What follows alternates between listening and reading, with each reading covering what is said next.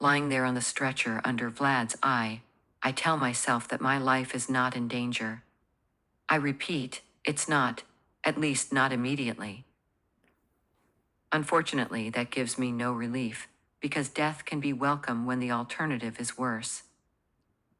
Losing limbs is not my idea of pleasure, even if it's only my fingers, even if they're of little use to me lately, as I can barely control them.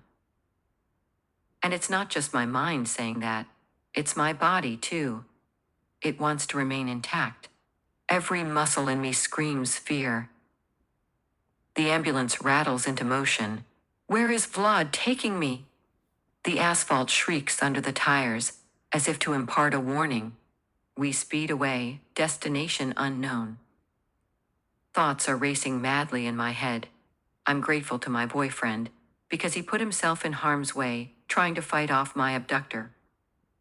But then he seemed reluctant to do what was asked of him, surrender that hacking program, so I may be released. Clearly, he wasn't telling the truth about losing that thing. I don't believe him on that count, and more critically, neither does Vlad. Why won't Michael give it up? One moment, I hate him for not doing everything in his power to protect me. That program is just an old thing he wrote back in high school, using a computer language that is obsolete. It is of no value to him, quite the contrary. He could have been arrested for writing it.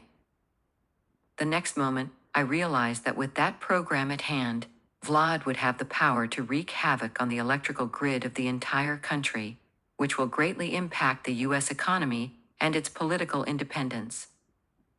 What is happening now in my city, in Irvine, is accomplished using inferior software concocted by Russian hackers. Even so, the way it plays out is merely a rehearsal. But even as I understand all this, even as I think of the greater good, still, the question remains, why should I be the one to be sacrificed for it? Haven't I gone through enough already? On the bright side, I am thankful that at the moment, I am covered with a warm blanket. Also, the ambulance is fitted with a working air conditioning system so as to maintain a comfortable temperature for any patients being treated.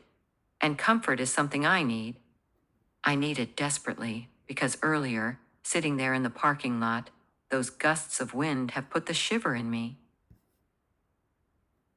Perhaps the shiver is in my heart. Deprived of morphine, I start to feel pain. It is no longer something waiting for me somewhere in the background. It is here, and it's rising,